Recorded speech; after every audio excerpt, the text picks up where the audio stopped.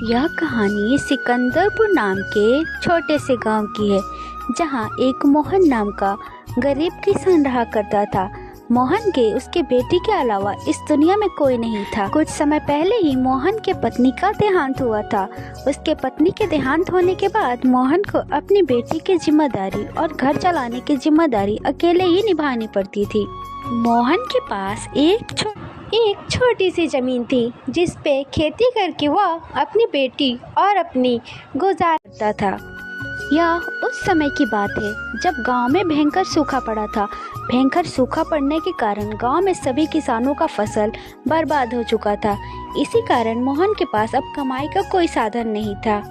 मोहन अपने इस परेशानी के कारण रानी के स्कूल का फीस भी नहीं भर पाता था। मोहन के पास जो भी बचे कुचे पैसे थे वो सारे खर्च हो चुके थे।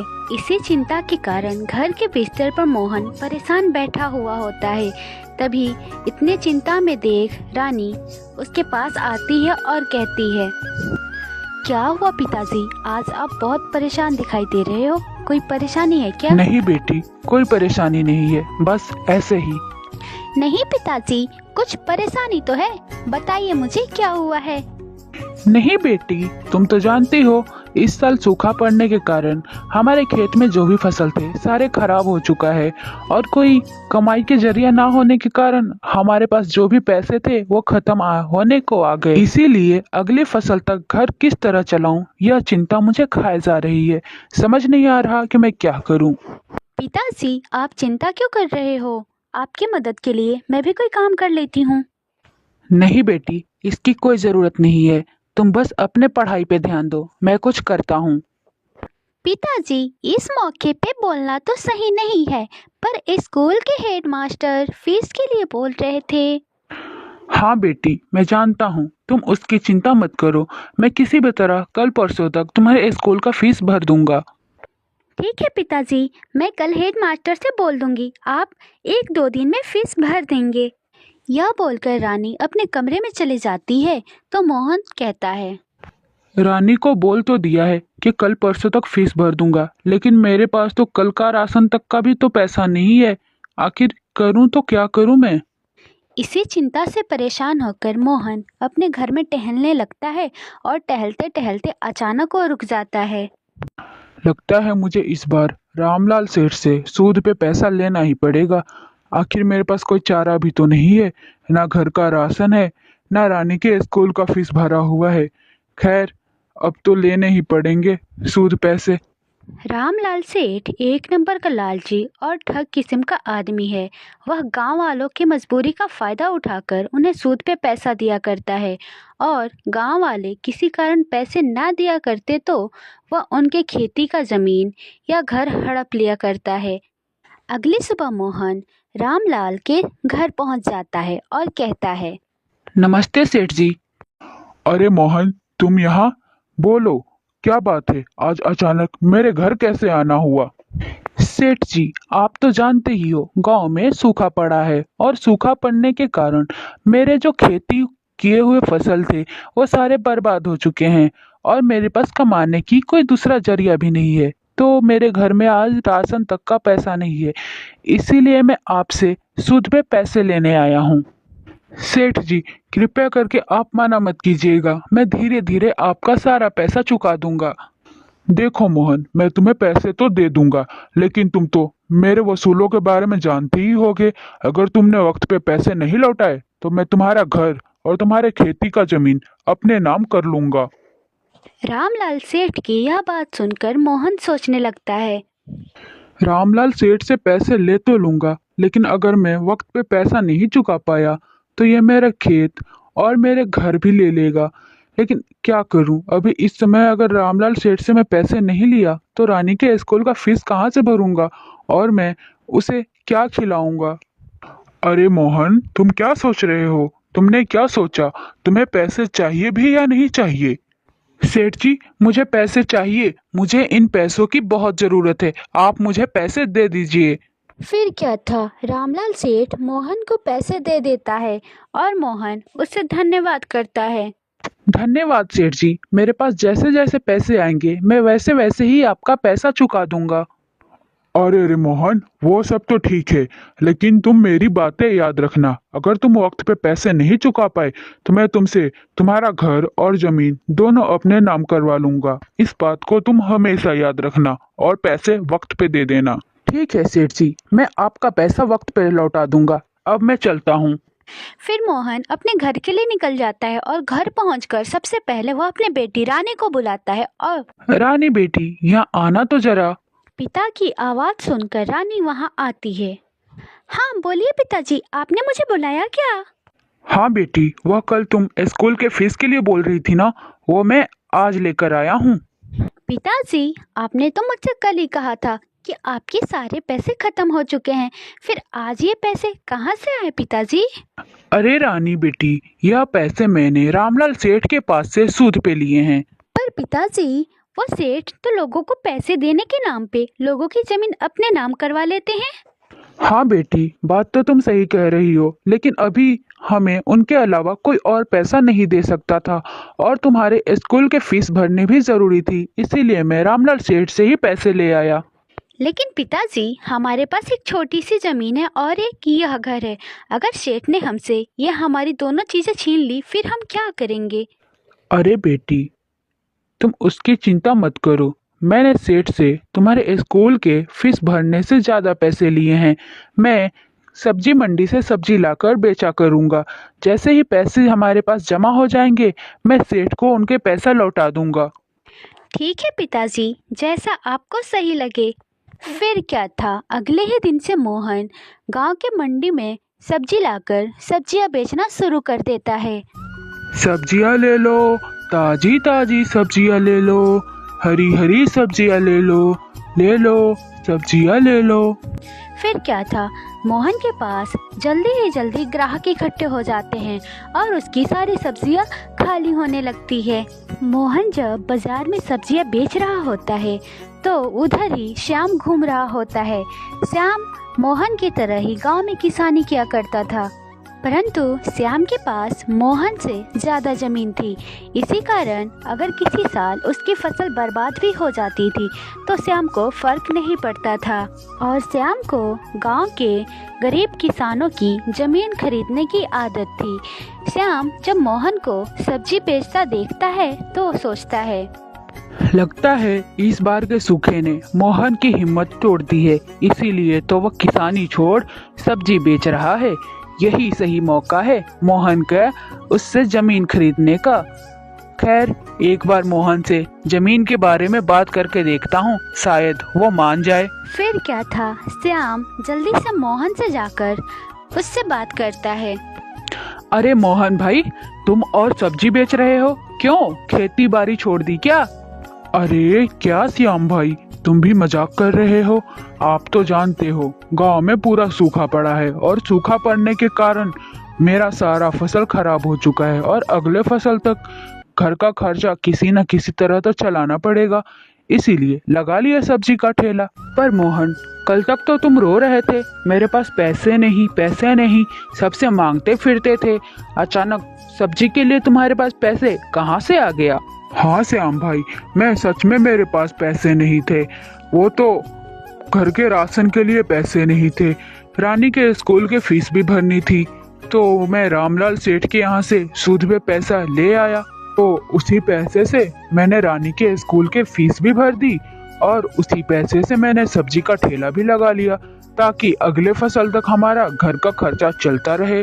मोहन की यह बात सुनकर श्याम खुश हो जाता है, क्योंकि श्याम को तो मोहन की जमीन खरीदनी थी और मोहन अपनी जमीन बेचने को तैयार नहीं था। तो श्याम सोचता है, चलो यह तो बहुत अच्छा हुआ कि मोहन ने रामलाल सेठ से पैसे लिए हैं। मोहन पैसा चुका नहीं पाएगा और रामलाल सेठ इससे उसकी जमीन छीन लेगा और मैं रामलाल सेठ से इसकी जमीन खरीद लूंगा। वाह, क्या बात बनी है, अब तो मेरे पास इसकी जमीन आ जाएगी। मोहन की यह बात सुनकर श्याम खुश तो था, पर मोहन के सामने वह दुख जताने की कोशिश करता है। क्या कहा मोहन भाई, तुमने रामलाल सेठ से पैसे लिए हैं? पर तुम तो जानते हो ना वो कितने लालची और ठग किस्म का आदमी है। अगर तुमने टाइम पे पैसे नहीं दिए तो वह तुमसे तुम्हारा जमीन छीन लेगा। हाँ, यह बात तो आप सही कह रहे हो श्याम भाई, पर ऐसा कुछ भी नहीं होगा।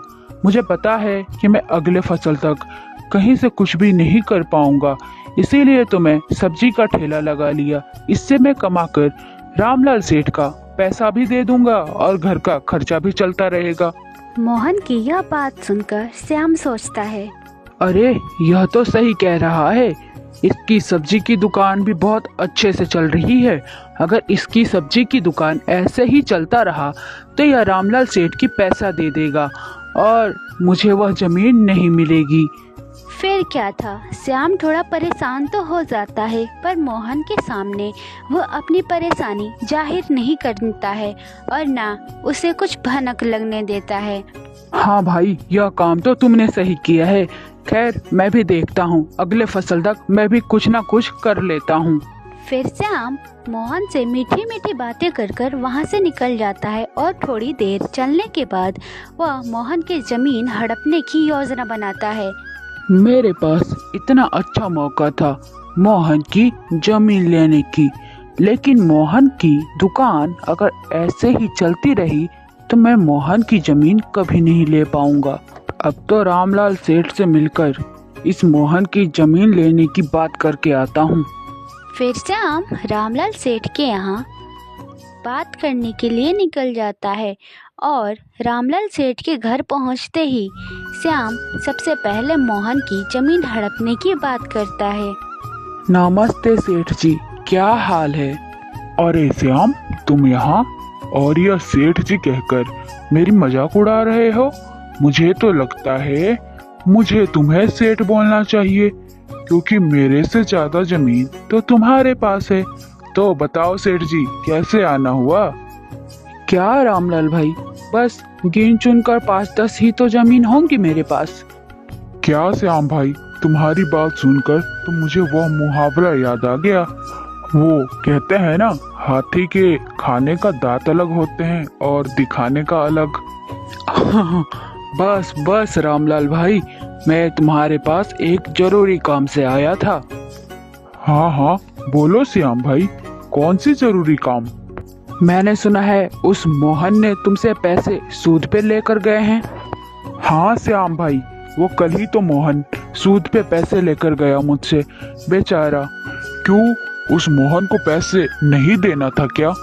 रामलाल भाई, तुमने उसे बताया था ना, अगर वो टाइम पे पैसा नहीं लौटा पाया तो तुम उसकी जमीन अपने नाम करवा लोगे। हाँ हाँ श्याम भाई, मैंने तो उसे पैसे देने से पहले और पैसे देने के बाद भी उसे समझाया कि अगर वो वक्त पे मुझे पैसे नहीं लौटा पाया तो मैं उसकी खेती की जमीन के साथ साथ उसके घर भी अपने नाम करवा लूंगा। वाह रामलाल भाई, ये तो बहुत सही किया तुमने। अरे क्या हुआ श्याम भाई, कहीं तुम्हें उसकी जमीन तो नहीं चाहिए? हाँ भाई, तुमने तो बिल्कुल सही समझा, मुझे तो उससे उसकी जमीन ही चाहिए थी। मैंने कितनी बार प्रस्ताव रखा उसके पास उसकी जमीन खरीदने का, लेकिन उसने हमेशा इनकार कर दिया।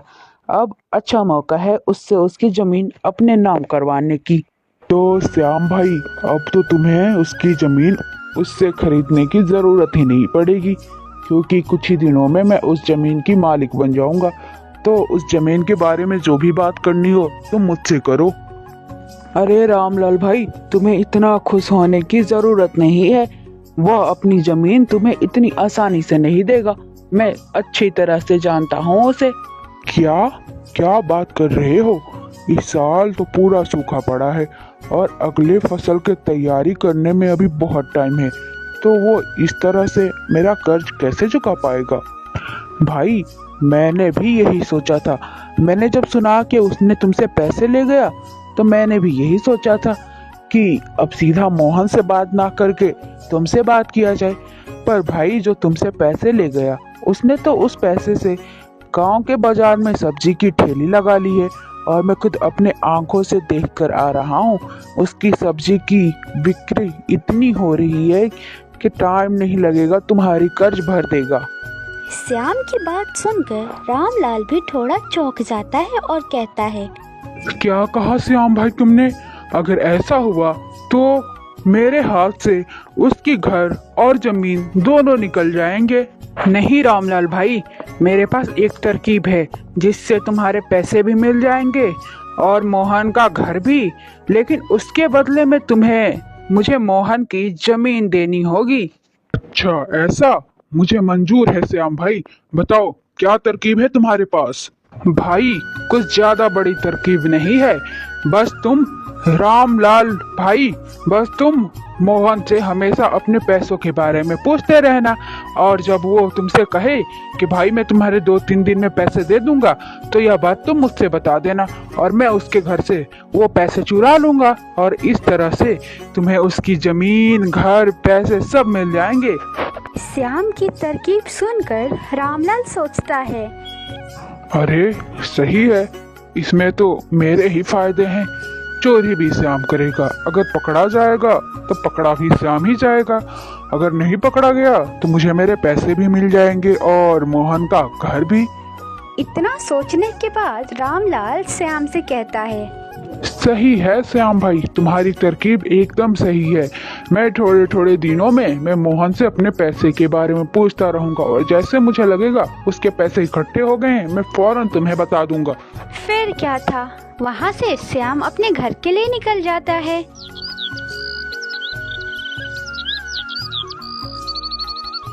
फिर क्या था, रामलाल अगली सुबह मोहन से मिलने बाजार पहुंचता है तो वह देखता है मोहन के ठेले पे तो बहुत भीड़ लगी होती है। इतनी भीड़ को देख रामलाल कहता है, सही कह रहा था श्याम भाई, इस मोहन की दुकान तो बहुत अच्छे से चल रही है, और ऐसे ही इसकी दुकान चलती रही तो ये मेरे पैसे बहुत ही जल्द लौटा देगा। फिर रामलाल सेठ मोहन से कहता है, मोहन, तुम्हारी सब्जी की दुकान तो बहुत मस्त चल रही है। बस सेठ जी, जो भी कुछ है आपके ही तो बदौलत है। नहीं मोहन, मुझे क्यों धन्यवाद कर रहे हो, तुम्हें पैसों की जरूरत थी, मैंने दिए, अब जब तुम्हारे पास हो जाएंगे तुम मुझे लौटा देना। हाँ सेठ जी, मेरे पास जैसे जैसे पैसे आते जाएंगे मैं वैसे वैसे आपका पैसा लौटाते जाऊंगा। नहीं मोहन भाई, तुम्हें ऐसा करने की कोई जरूरत नहीं है, तुम थोड़े थोड़े पैसे मत देना, जब तुम्हारे पास पूरे पैसे हो जाएं तब तुम मुझे लौटा देना। ठीक है सेठ जी, यह भी सही रहेगा। फिर भी मोहन भाई, कितने दिन लगेंगे तुम्हें पैसे जमा करने में। सेठ जी, अगर ऊपर वाले के करम से सब सही चला तो 1 महीने में मैं आपका सारा पैसा लौटा दूंगा, सूद समेत। ये तो बहुत सही रहेगा मोहन भाई। ठीक है, तुम काम करो, अब मैं चलता हूँ।